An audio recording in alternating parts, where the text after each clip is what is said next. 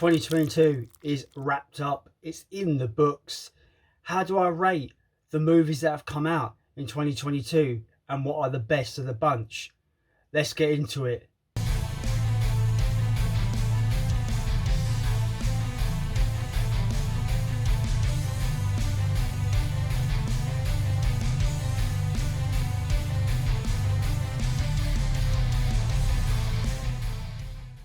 What's going on, everybody? Welcome back to the channel. Today we are talking about the best movies of 2022. Welcome to my 2022 movie awards.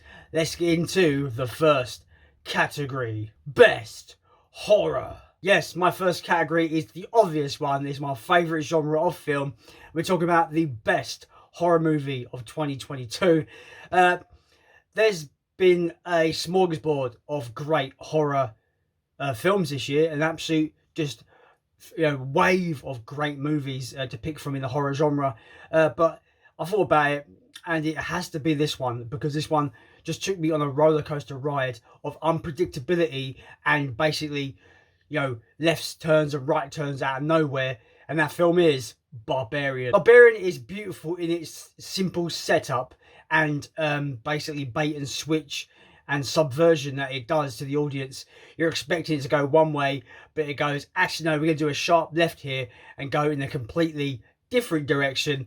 And that's where this film completely just, you're continuing descending into this movie's narrative and you have no idea where it's going to take you. It is dark, it is dank, it is bleak, and it is fucking disturbing. And I think anyone that loves this kind of like claustrophobic, kind of deep-seated horror like this will find this absolutely wonderfully just joyous to watch. It is tense. There is some intense stuff where you're like, don't go down there, don't do this, fucking don't do it, it's gonna be, you're gonna regret this, don't do it. But they obviously just do it anyway, and it's like, man, if only you listened to everybody in the bloody theatre, you wouldn't be doing this and this wouldn't happen. But this film is wonderful in its subversion, and the title Barbarian means a lot when it concerns the narrative of this movie.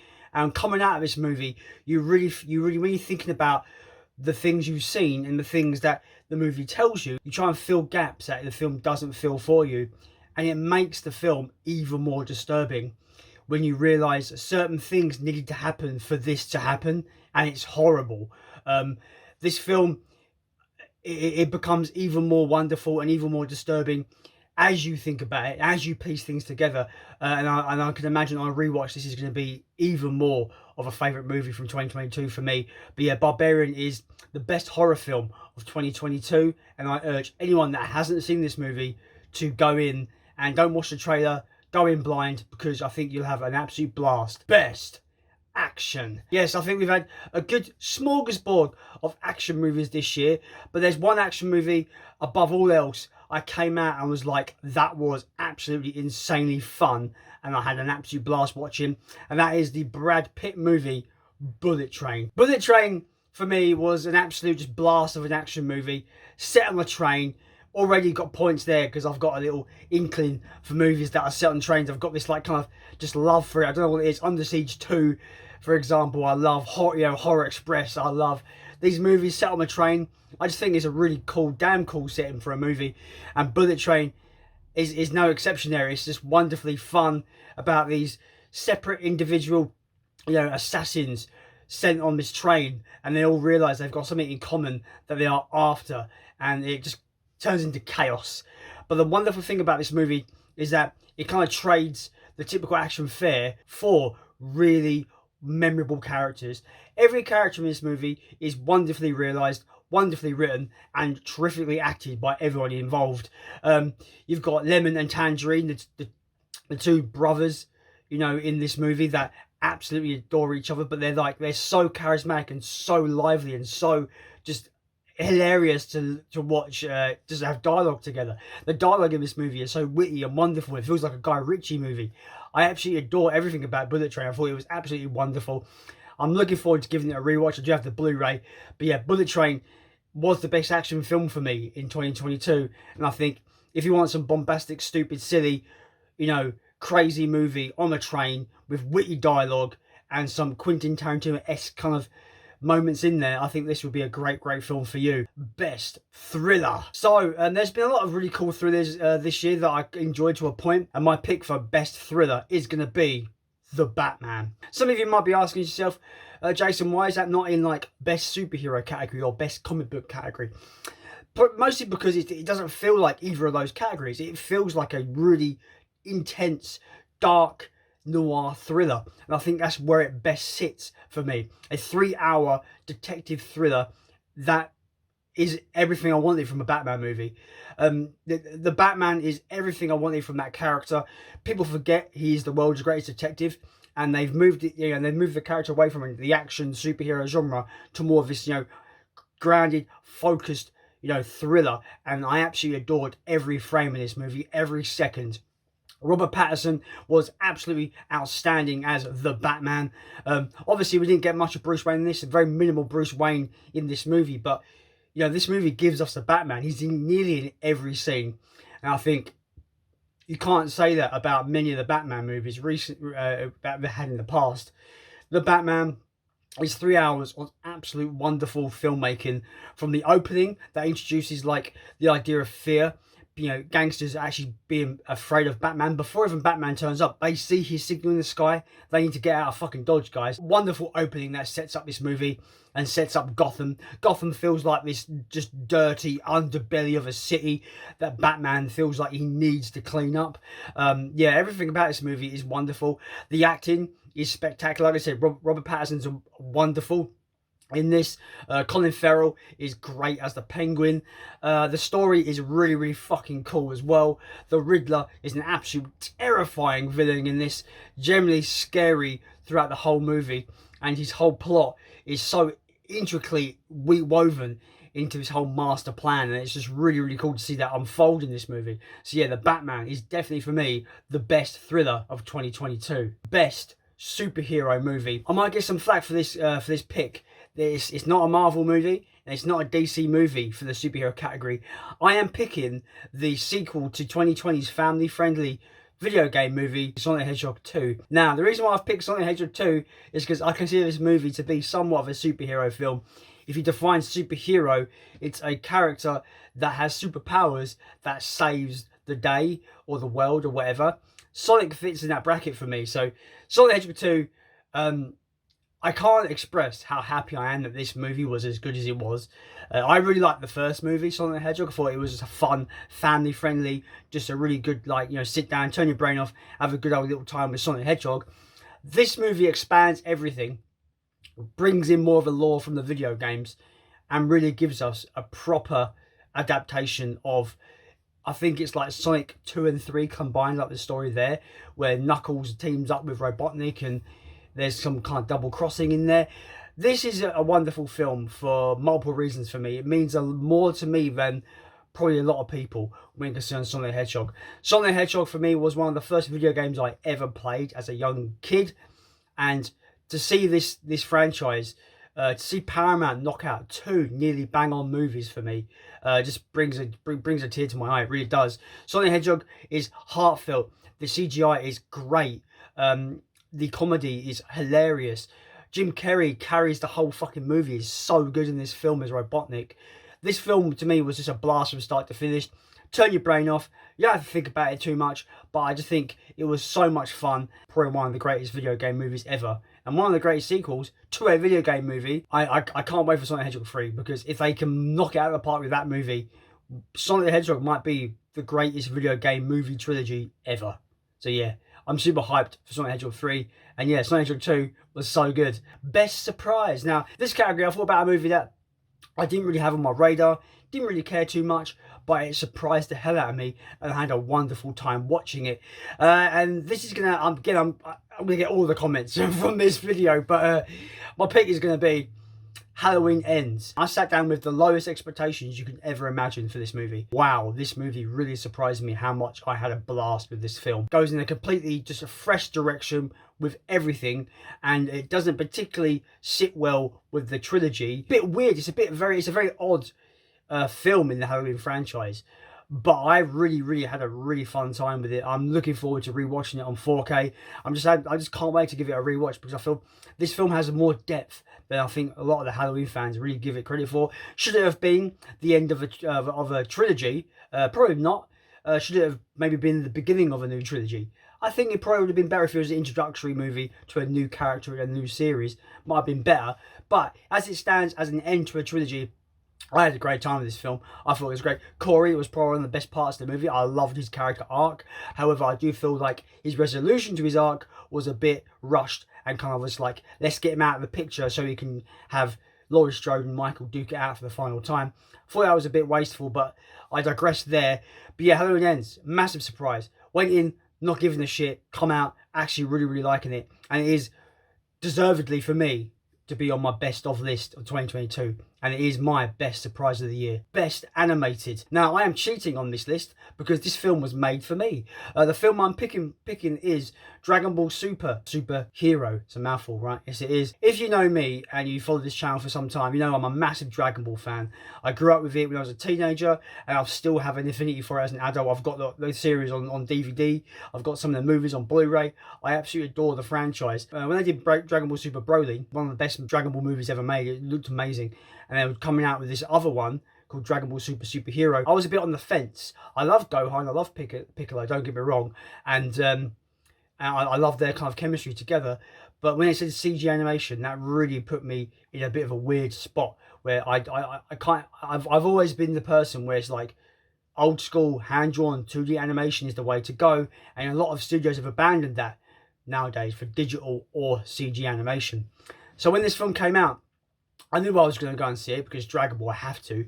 And I also knew that I was going to go and see it twice, once in Japanese, once in English, because I'm a component of both. I love the Japanese cast, and that's the way to watch it in my opinion. But also I have nostalgia for the English cast as well, so I want to go and see it in English. So I saw Dragon Ball Superhero twice in cinemas, and I really enjoyed my time with it.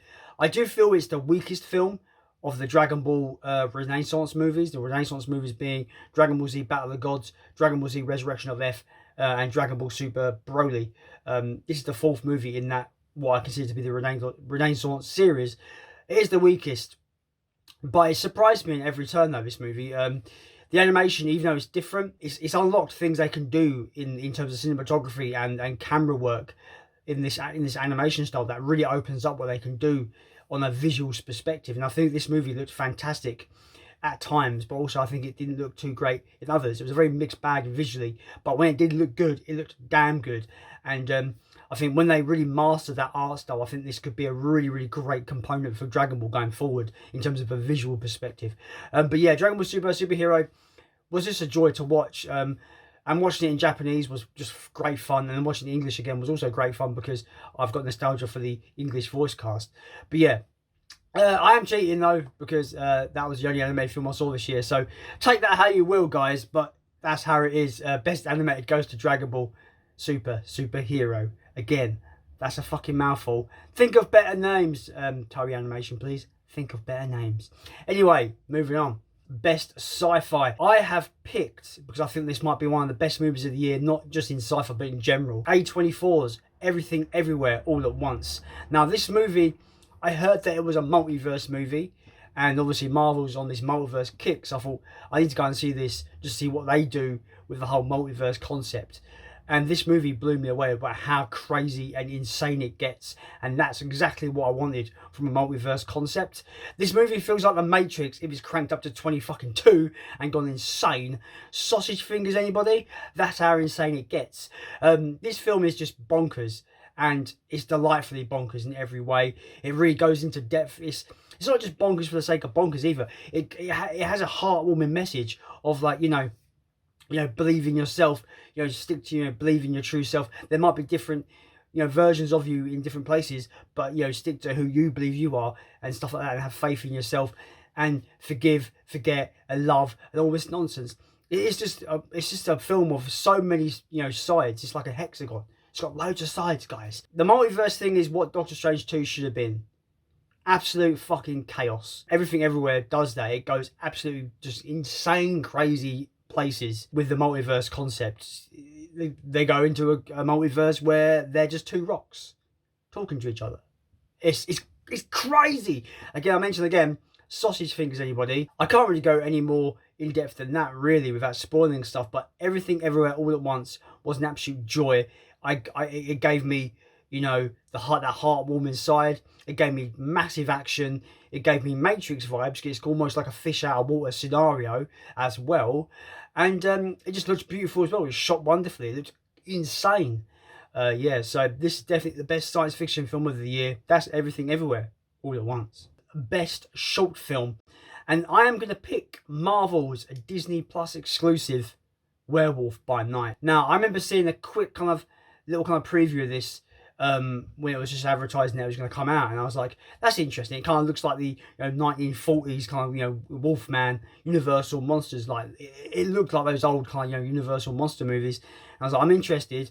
I watched a couple of reviews of it. Didn't really get into spoilers, thankfully, and it was basically like, this is a great werewolf movie that's quite violent for a Disney Plus exclusive, and it's just really great. And it is really great. Werewolf by Night was so good. I was upset that it was only 50 minutes long. I wanted more from this character, and I wanted more from this kind of, werewolf hunting kind of lore and society that they had built up. And yeah, it was just so much fun. You had characters from the comics turn up that you thought, wow, we haven't seen him ever. So that's cool to see that character turn up. And yeah, there was some just really cool stuff in this movie. It was in black and white. It didn't shy away from the violence. It was quite violent at times as well.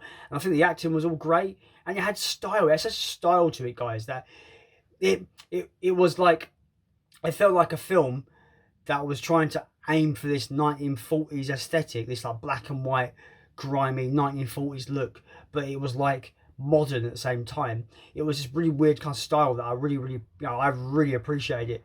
And yeah, the best short film of the year for sure for me, to the point where I was sad they ended. I wanted more from this world and from this character. But yeah, that's the best short film, Werewolf by Night.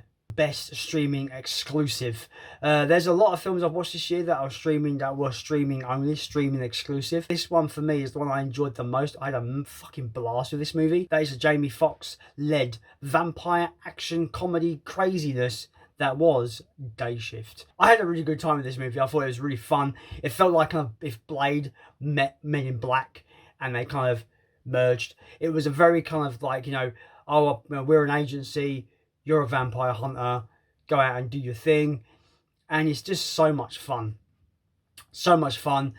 Jamie Foxx's character, basically his head vampire, finds out that he's killed her sister.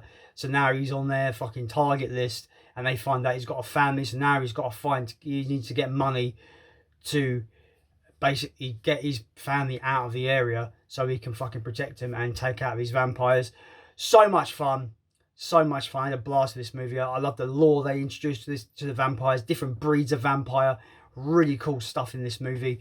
The action was crazy and violent and just fun. And all the characters were likable. All the characters. So, like Jamie Foxx's character, bear in mind, I saw this months ago, so I don't remember any characters' names at all. But Jamie Foxx's character has this little sidekick where the agency sends a sidekick with him so they can check that he's going, he's doing by the book. He's not like breaking rules and stuff. And the sidekick turns out to be one of the best characters. I thought it's hilarious. Like, so much fun. Just every character was fun. You had Snoop Dogg in this movie, just being Snoop Dogg. He can't act, but he was just being Snoop Dogg, so it was fun. Day Shift was the most fun I had watching a streaming movie in 2022. Best mystery. Now, when it concerns mystery, I've kind of chosen a pick that I really had no idea where the film was going to go in terms of narrative. It just gave us this thing.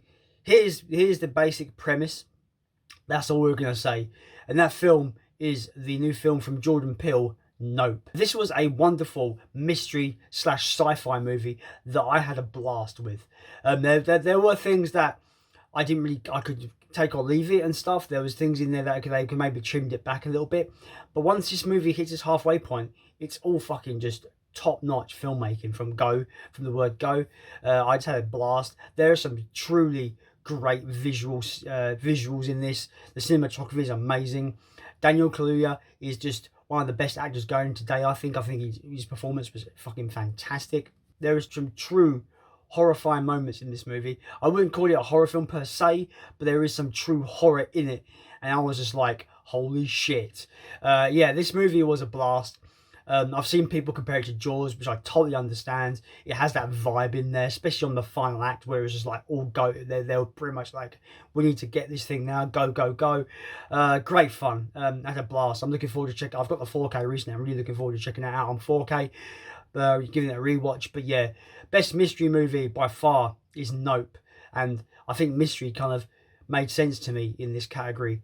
So yeah, go and see Nope if you've not seen it. It is great. It was really, really fun. Next up is a category I just can't throw in here because I ran out of ideas. Best reboot. There's been a lot of reboots in the past couple of years, but in 2022 we had one particularly good one, and I think it's the best of 2022, and that reboot is Prey. And that was a reboot of the Predator franchise. Prey does a lot of things that I feel that served the franchise really well. It brought the scale of the film down to a smaller budget, a smaller focus. And I think it works in that regard. I thought it was wonderfully shot. I like the visual style is great. And I liked where they've taken this kind of almost unkillable alien from outer space, the Predator, the Yautja, and they've stripped him back. He's more kind of like, more primitive in his technologies, more primitive in the way he hunts, but he still kicks everybody's ass, which is fun. This film was just fun. It was a fun movie. I don't love it like a lot of people do, but a lot of people have got it up here where I'm more down here. There, it does have its issues, but when it concerns reboots of a franchise, this is probably one of the best in a long time, in my opinion. And I'm looking forward to them capitalizing on this and maybe keeping the franchise with this kind of small scale, because I think it helps this franchise. I think, the first movie, even though Predator was a massive bombastic testosterone filled monster of a fucking action movie, the scale of it was still very tiny. So I feel like them going back to that and keeping the scale small is where to go, and I think Prey proved that immensely, and that's why for me it's the best reboot of the year. Best visuals. There was a lot of films that had great visuals in 2022. I thought the CG in Sonic Hedgehog 2 was great. I thought some of the more kind of crazy stuff in Doctor Strange 2 Multiverse of Madness was great as well. But my pick for the best looking film of 2022, best visuals, is got to be Top Gun Maverick. Very late to the game with this movie. I watched it on streaming. I didn't actually get to the cinema to see this, which I kind of regret because this film was fantastic. You go into the production of this movie and realise that for them to get the cockpit, front-facing cockpit shots, they had to check the weather reports and make sure the sun was in the right spot to get those shots to make the actors look their best in the cockpit. And when you realise they only had like a 15-minute window for the actors to be in those planes because the G-force would be way too much for them. The more you look into this movie and you look at the jaw-dropping visuals on display, this film is a marvel of Hollywood filmmaking for me. It looks insanely good. Even the opening 5 minutes, just that nostalgia hook for some people with the theme song, just looks stunning. Everything looks amazing. I can definitely see why this would be number one on a lot of people's top 10 lists for 2022. But I thought this category thing would be a bit more interesting. But yeah, Top Gun Maverick probably has the best visuals for the whole year. I haven't seen Avatar, so I can't comment on that movie. I know that film has been lauded by its visual effects and whatnot, but when it concerns films I've seen, Top Gun Maverick just looks stunning. Every frame is just massively crafty. Every frame is an art piece, in my opinion. And when you get the shots of these planes in action, it's all on camera, guys. That's how great this film is. Nothing is really CG, as far as I know. A lot of it is what you see was actually done for real, and it's absolutely insane. So yeah, definitely the best looking film of 2022, Top Gun Maverick. Most disappointing. This hurts me a little bit. This pains me to say, because the trailers were so promising, the look was so promising, the visuals, they had the tone down. The most disappointing movie of 2022 was the Hellraiser reboot. I really wanted to like this movie. I really did. But I found it to be one of the most boring, uninteresting slogs that I've sat through. The fact that nothing really happens until halfway through boggles my mind. You know, the original 1987 movie is a slow burn. It builds that slow burn with actual characters you want to kind of follow and a story you're interested in following, and it actually has like resolution and actually things going on. This new reboot from 2022 doesn't have any of that.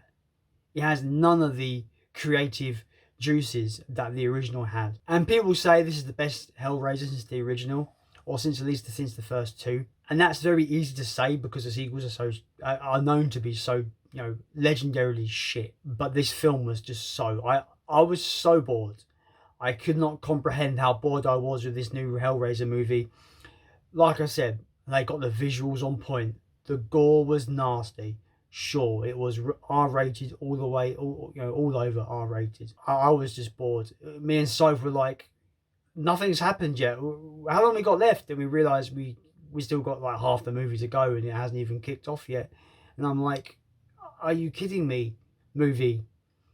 And when it does kick off, it's so uninteresting. They're trying to save, this girl's trying to save her brother because he's solved the puzzle box and now he's been taken to be killed, obviously, to be a sacrifice. There's no interesting subplot. There's no interesting overall themes. There's no interesting anything in this movie that really kind of engaged me in any meaningful way. It's a good looking movie that has no soul and no fucking narrative to really engage anything.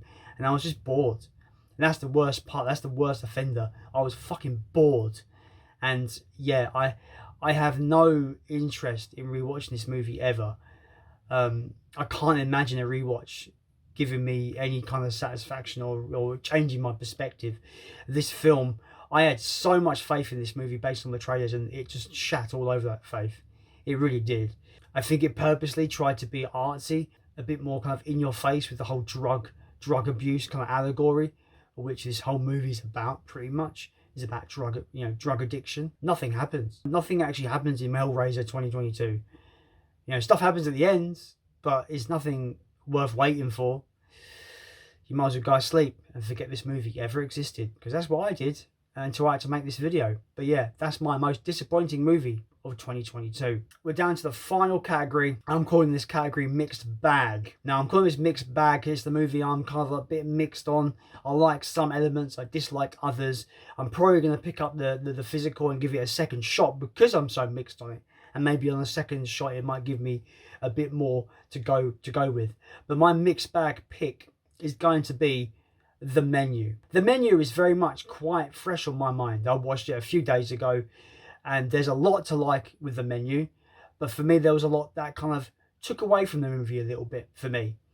I thought the cinematography was fantastic, the overall premise intriguing, the acting superb, but I feel like this film kind of loses its way halfway through. The movie does this rather than this for me. There's one moment where it kind of does this like what the fuck moment. It really kind of just this big like whoa, it kind of blows its load in a way, and it never ever kind of meets that moment. It never ever ramps up like it should do, in my opinion. This is meant to be a seriously dark and horror-esque kind of situation these people are in. But the film never escalates to a crazy extent. It kind of rides it safe. It kind of rides it straight until the end. And I feel like it should have ramped it up. Things happen in this movie that never get spoken of ever. Even though they filmed a fight that happens and nothing gets mentioned of it. They could have cut that out. They could have cut that fight out and it would have changed nothing about this movie. Yeah, I feel this movie has a lot to love. Like I said, like the dialogue's great, the writing's great, the cinematography is great. There's so much here that is great.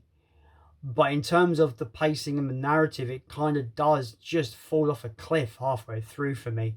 And I don't think the ending's particularly satisfying either for me. So yeah, The Menu is a mixed bag for me. It's taken that category. That's an easy pick right now. But who knows, when the 4K comes out this year or whenever it comes out, maybe on a rewatch, it might change to this is great. It's a film I'd recommend. It's a mixed bag for me, but it's definitely a film I recommend because I know that there's obviously people that love this film already. And I think it's definitely worth giving a shot, I think, because I think he has a lot to like. But for me, it didn't quite meet the expectations from what I kind of arbitrarily gave it when I was watching it. I expected to go in a certain direction and ramp things up, but it didn't do that. And I think that took away a lot for me, and I was left underwhelmed. But you make up your own mind on that. That's why it's in the mixed bag category. That is all of my picks for my movie awards video. Let me know what you thought of any of my picks, because I think some are going to ruffle some feathers for definite. But anyway, I hope you've enjoyed this video. A long time coming, actually, this video. I've been meaning to make this for fucking weeks. I never got around to it. So finally, I've shot it now, and we can all talk about our favourite movies in the comments. Let me know your favourite movies and how would you break down these categories and your picks in the comment below. I thought doing this video was more interesting than actually doing a top 10, because top 10, everyone's doing top 10, so I thought I'd do something a bit different this year. So yeah, let me know what you think about these categories and what your picks would be, and I'll see you next time, I suppose. Bye.